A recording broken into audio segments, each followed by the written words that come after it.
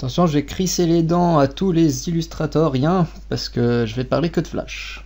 Alors, Flash, qu'est-ce que c'est? C'est un logiciel qui utilise quoi? Le vectoriel. Donc à tout moment, on peut modifier comme on a envie les formes.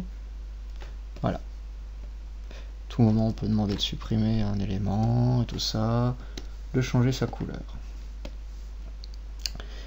Voilà une petite parenthèse avec Monsieur Illustrator et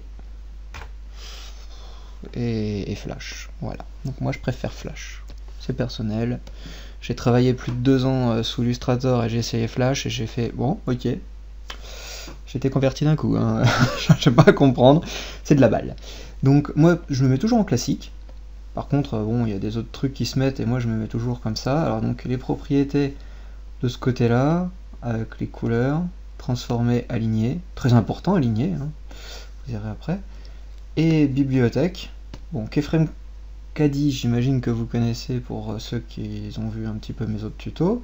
Donc c'est uniquement pour l'animation et tout ça. Et là, bon, ça c'est moi qui l'ai fabriqué moi-même, parce que oui, dans Flash, on peut créer ses propres outils. Donc voilà, tout ce qui est là devant vous, là, c'est moi qui me suis éclaté à le faire. Ok. Donc bon, on n'est pas là pour parler de savoir comment on crée tout ça. On va ensuite essayer de comprendre un peu la bibliothèque. Et oui, c'est un peu comme un peu les calques, hein. Donc là les calques on comprend que c'est ici, hein, un peu comme Photoshop. Sauf que là on a une bibliothèque. Alors on va dire, ouais, mais à quoi sert la bibliothèque? C'est super simple. Nous avons donc un élément. Bon, bien sûr, si je fais un double clic, ça va sélectionner le trait, parce que j'ai demandé de mettre un trait. Ou sinon, si je n'ai pas envie de mettre de trait, ben, lorsque je vais en créer un nouvel élément, on va le mettre en comme ça, hop, hop, hop, voilà, qu'est-ce que je peux faire avec? Ben, je peux changer sa couleur, donc dans les propriétés, sa position, tout ça, voilà, à tout moment je peux être plus précis, si j'ai envie de voir ce que ça rend, tout ça. Et donc bah, le trait, bon bah vu que j'ai supprimé, bon bah voilà, on aurait pu aussi modifier le trait, les contours et tout ça. Mais bon, ce qui est intéressant avec la bibliothèque, hop, c'est que je glisse là, hop, on peut demander donc de créer un symbole, on va l'appeler carré, voilà, poc. Et là maintenant, vu que je l'ai mis en clip, c'est vrai que j'ai oublié de vous le dire, quand vous le mettez, attendez, on revient, on a soit clip, soit bouton, soit graphique, moi je suis toujours en clip. Graphique, c'est pour utiliser Keyframe Caddy, on va dire, vous allez voir après. Après, tout ce qui est avancé, c'est pour si vous faites du code et tout ça, bon bref, j'en parlerai pas. Et aussi savoir exactement quel est l'alignement. Donc ça c'est savoir où se situe le point de transformation, ça c'est le point de pivot. Au moins ça c'est pour savoir où se situe en XY. Si par exemple je mets en 0, 0, c'est lui qui va là-haut. Ok. Donc, nous avons notre élément. Donc maintenant c'est un clip, on le voit bien ici, on peut même le changer ici si j'ai envie, mais j'ai pas envie. Et donc là, qu'est-ce qui se passe? Bon, bah il y a aussi de la 3D. Donc, je peux même le positionner en 3D, tout ça, changer plein de trucs, mais bon, on n'en parlera pas. Ici, donc nous avons les effets de couleur, donc on peut changer sa luminosité, sa teinte, avancée ou alpha. Donc ce qui est cool, ben, c'est que on peut toucher à tout avec ça. Affichage, bon, bah on peut le demander de mettre comme Photoshop, soit en produit, soit en ajout et tout ça, donc ça c'est très utile aussi. Bon, pas trop en mettre de trop, ça rame un peu, non je sais, mais faut pas le dire. Et encore pire, c'est les filtres. Alors ça, les filtres, bon, on peut mettre du flou, on peut mettre du rayonnement et tout ça, donc ça c'est génial, mais bon, ça c'est depuis Flash 8, donc avant que Adobe rachète à Macromedia tout ça. Ben voilà, c'est vraiment la folie, les filtres peuvent être très utiles pour faire du dessin. Donc moi c'est ce que j'utilise tout le temps maintenant pour faire mes lumières et ombres. Pour que ça soit un peu plus flou et tout ça, c'est un peu plus doux que le vectoriel qui est tout coupé. Alors donc nous avons un clip et nous avons donc une scène, on a un scénario, pardon. Si je dis pas tout, ça va pas le faire. Donc si par exemple je veux que mon animation arrive à la case 25, je fais un F6, ou ou sinon vous faites des clics droits et tout ça, mais bon, moi je connais un petit peu que les raccourcis clavier. Et donc, oui, un F6 ça sert à mettre une nouvelle keyframe. On peut en mettre donc plusieurs. Si on sélectionne, on peut en mettre plusieurs comme ça. Si je fais Maj F6, c'est pour faire l'inverse, donc les supprimer. Mais bon, j'en vais en mettre une. Là, je vais le mettre à la 25. Donc F7, c'est pour faire des keyframes vides. Et donc Maj Maj F5, pardon, c'est pour en supprimer. Bon bref, amusez-vous avec F6, F5 et F7.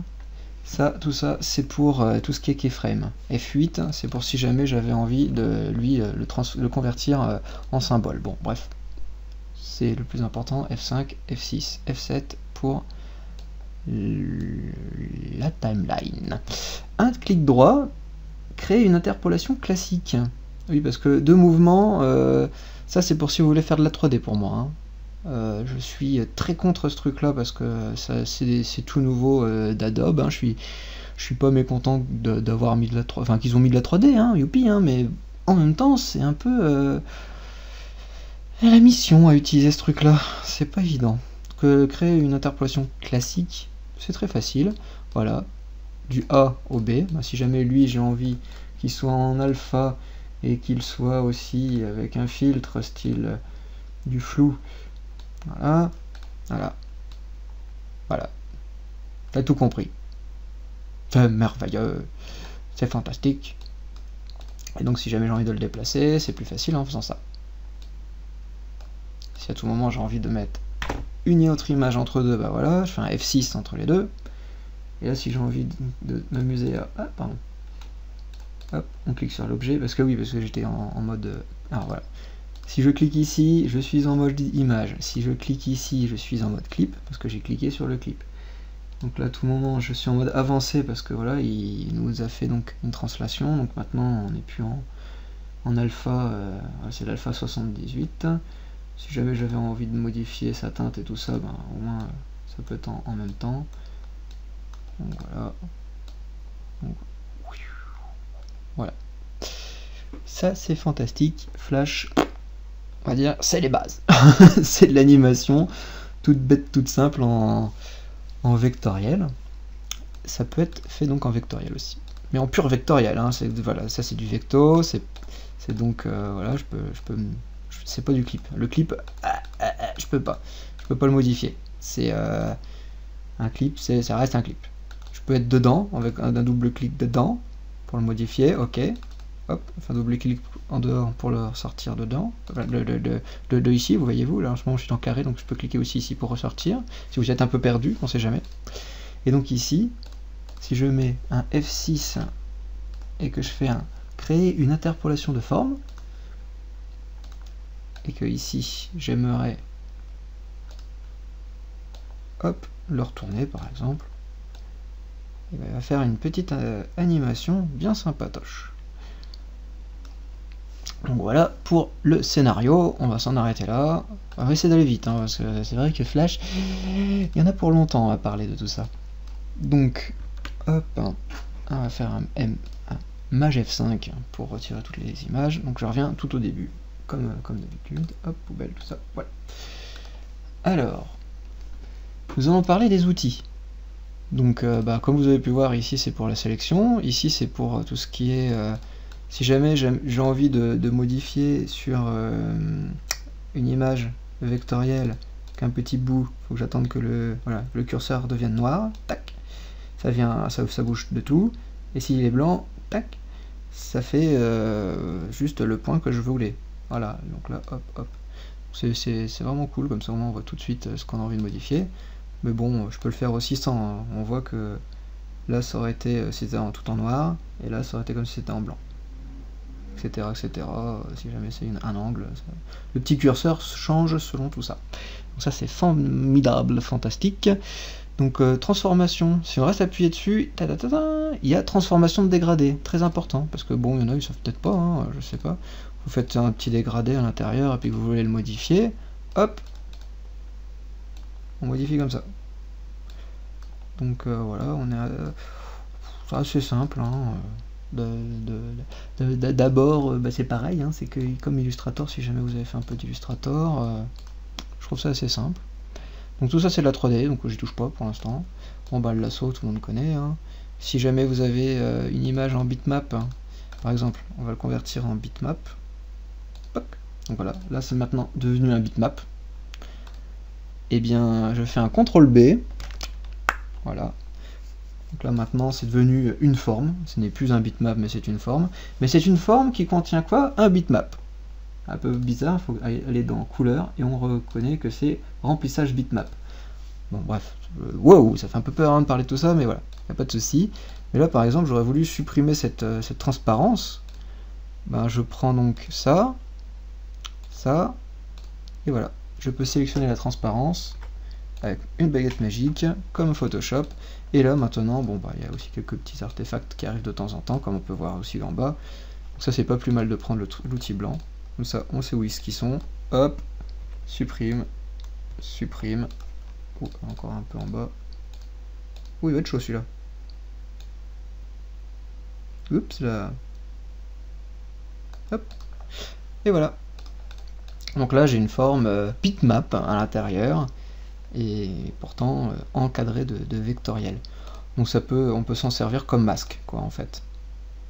En gros, si vous voulez faire des répétitions, parce que voilà, c'est un bitmap qui se répète en fait à l'intérieur d'une forme.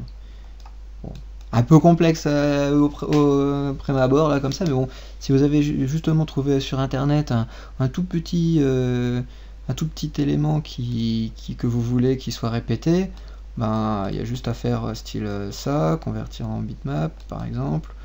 Pof, on supprime, CTRL B. Puis on demande ça en grand, et puis voilà, quand on commence à avoir un motif qui va se dessiner en répété.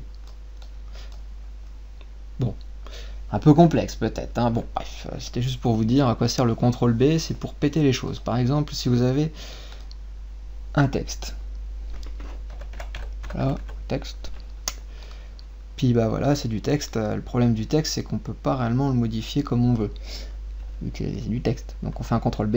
Donc là on peut à tout moment prendre un autre élément, le mettre un peu ailleurs, le mettre plus gros, tout ça. Ou sinon si on recommence à faire un CTRL B, on est carrément en mode forme maintenant. Donc à tout moment je peux aussi modifier des formes. Donc on peut faire carrément des logos, des trucs plus faciles hein, que Illustrator de ce côté là. Donc la notion de groupe et tout ça c'est bon, c'est des CTRL B pour les dégrouper on va dire. On va dire pour péter tous les trucs. L'outil plume, je l'utilise jamais moi de mon côté. Si vous voulez l'utiliser, il n'y a pas de problème. Il est un peu comme Photoshop, pas comme Illustrator. En gros, si je fais CTRL, oula, attendez. Ouah, j'ai dû modifier des trucs, mais bon, en gros, c'est pareil que Photoshop. Non, parce que c'est vrai que dans les préférences, j'ai dû modifier des trucs pour l'outil plume. Je voulais tester des bidules. Je teste de tout, moi, de toute façon. Alors, l'outil crayon. Ah, magnifique, l'outil crayon. Alors, j'imagine que vous êtes en redessiné. Donc, en gros, il y a... Attendez, hop. Dans les préférences, dessin, je vois une ligne normale. Ici, les courbes et tout ça. Voilà, en fin de compte, j'ai tout désactivé. Donc, si je fais lisser, normal, précis c'est très bon, doit être proche, ouais c'est bon, ok. Voilà. Il reconnaît que je fais des éléments, voilà, pouf poum. Bon, c'est un truc assez bidouilleux, hein, mais on s'en fout un peu. Hop, on va effacer tout ça. En mode lissé, c'est plus la classe. Donc là, il n'y a pas de problème, il va pas me reconnaître mes ronds et tout ça. Donc moi, je suis toujours en mode lissé. Mode encre, bon, bah, je vois pas vraiment trop la différence. Après, c'est à vous de voir. Bien sûr, toute la propriété du lissage sont ici. Hein. Si jamais vous voulez encore plus lisser, bref, c'est ici qu'il faut modifier le lissage du crayon. Hop, je réefface tout ça. Nous avons ensuite la plume. C'est pas ça, c'est le pinceau, pardon. Bon, on recommence. Le pinceau. Donc le pinceau, voilà, la pression. Ah, donc si vous avez une tablette graphique, n'y aura pas de problème. Ça peut faire la pression. Donc là, ouais, bon, je l'ai mis en mode dégradé, mais... Hop. Donc ouais, 50 ou 45, c'est à vous de voir. Et donc, ce qui est intéressant par rapport aux autres logiciels, c'est ce petit truc-là. On va me dire, putain, c'est un peu chelou ce truc-là, effectivement. Si je fais peindre en arrière, on va prendre une couleur un peu plus flashy, style le violet, là. Hop. Voilà, ça passe par-dessous. Un peu bizarre, mais bon, c'est un peu comme ça. Sinon, on n'a pas dans l'intérieur. On va prendre le vert. Donc, si vous voulez faire des contours colorés plus facilement, ben, hop, il va colorier uniquement dans celui que vous avez cliqué en premier. Si par exemple là il est à l'extérieur, et s'il aurait été là, voilà, j'essaie de vous montrer que ça va, hop, il va colorier que celui que j'ai cliqué, parce que là il a été coupé par la ligne. Donc voilà. Donc ça c'est très utile, très sympa, modifier tout ça. Sinon carrément peindre la sélection, donc si vous sélectionnez uniquement ce que vous avez voulu modifier à peindre, voilà, c'est ça, il n'y a pas de souci. Au moins ça peut être... Bon, vous allez me dire c'est un peu bizarre cet outil, parce qu'en gros si jamais je prends lui, et je dis par exemple bah, je veux le peindre en rose, bah, ouais mais non, il est devenu tout rose. Bon, on revient en vert.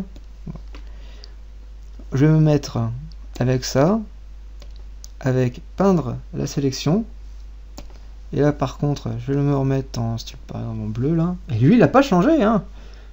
Et là maintenant, tac tac tac tac tac, voilà. Bon, c'est parce que vous êtes comme ça, si jamais vous êtes bloqué en disant bah merde je comprends pas. Mais ça c'est ça. Donc peindre normalement, pourquoi pas. Donc ça c'est pour tout ce qui est les pinceaux.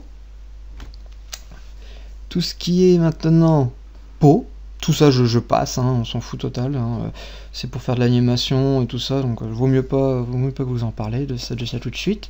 Je suis plus là pour vous parler donc de ces petits trucs. Hop, on va faire ça comme ça, comme ça, comme ça, comme ça. Voilà, faire un peu bizarre. Donc en gros, le pot. Donc ici il y a 4 types de remplissage. Donc le remplissage normal. Donc là ça marche pas. Là ça marche, c'est normal, parce qu'il est bien fermé. Mais là il ne voudra pas remplir. Pourquoi? Parce que là-bas, on le voit pas, mais si on se rapproche,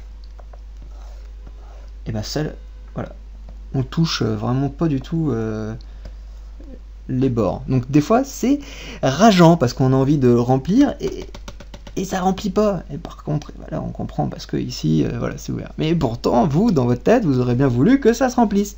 Voilà. Donc ça, on change. On change ici. Ou si jamais on aurait voulu que ce soit plus petit, ben voilà.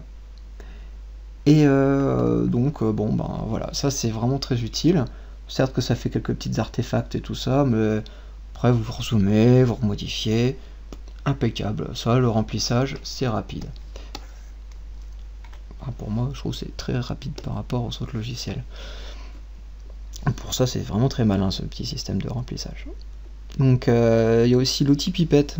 Donc, en gros, vous avez l'outil pipette sert à reprendre exactement ce que vous avez ici. Pac. Donc là, il va tout de suite dire bon, bah, c'était en bleu. Voilà. Tout con. Après, vous êtes de nouveau en mode remplissage. Donc ça c'est pas mal, par exemple vous avez plusieurs petites palettes de couleurs, vous faites palette, bon bah pof, je clique et puis je remplis mes petites zones avec mon pot de peinture, donc c'est très rapide aussi. La gomme, ben, comme d'habitude, hein, et encore des autres trucs un peu pareils et similaires hein, que le pinceau, ou sinon bien sûr la grosseur, et le robinet, alors là, c'est justement comme si c'était ça, mais en mode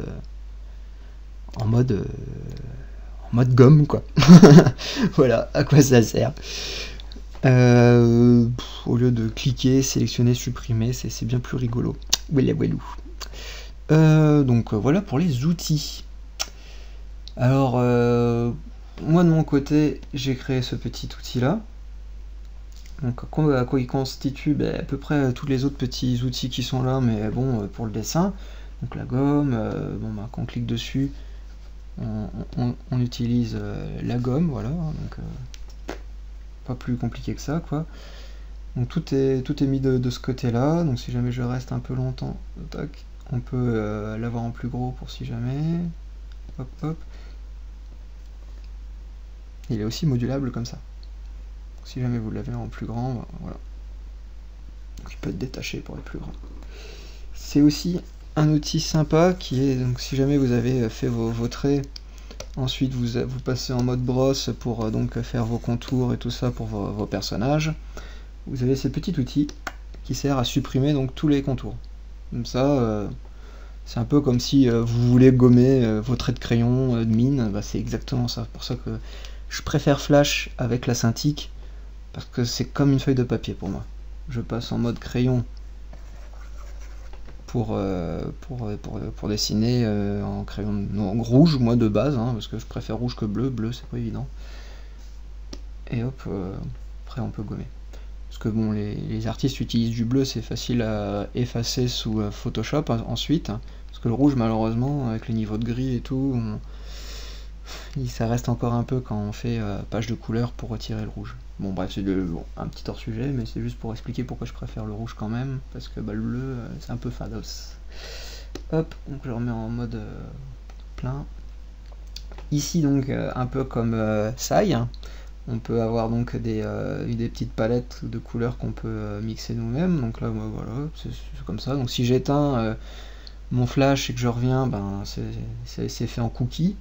Donc il n'y a pas de souci, je l'ai créé sous cookie, donc tout revient. Il n'y a pas intérêt que ça s'efface en gros.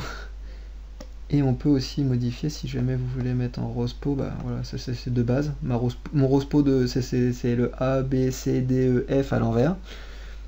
Pour que je suis en rose peau, c'est ce que j'utilise tout le temps. Et ensuite les petites nuances, pour si jamais vous voulez faire des contours, des ombres et tout ça.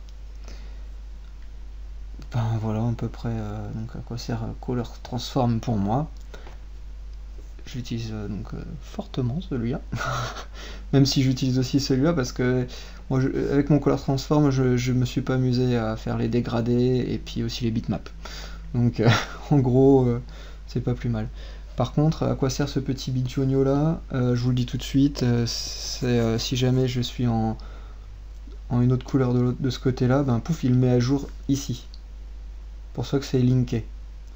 Alors pas très, enfin c'est pas cool hein, parce que si c'est linké, si jamais je demande de bouger ça, oh merde, bah, des fois ça marche pas. Bah, des fois il passe en noir. S'il y a trop d'éléments et tout ça, il comprend pas, il passe tout en noir.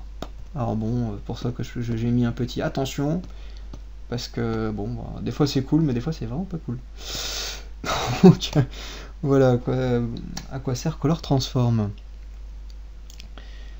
Alors, donc pour moi, comme je vous ai parlé de Flash avec la Cintiq, je vais quand même vous montrer mes options de base. Hop là. Donc pour ça, vous verrez toujours mes menus radial, c'est ce bouton là que je clique, ça va très vite. Et là, ici, c'est pour déplacer son document. Donc à quoi ça sert ensuite le mode radial? Aller très rapidement sur peau, pipette, brosse, gomme, crayon, transforme, lasso et autres. Autres, c'est supprimer pour le transformer en clip, effacer le trait et retourner en horizontal. Ça peut être bête comme ça, mais sérieusement, quand vous avez un élément que vous voulez transformer en horizontal, ça va vite. Hop, hop, supprimer.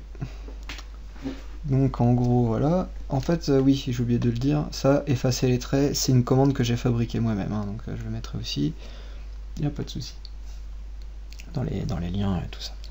Donc voilà comment j'utilise Flash, c'est tout, je me tarde pas plus, donc si vous avez d'autres questions, n'hésitez pas, je ferai d'autres tutos.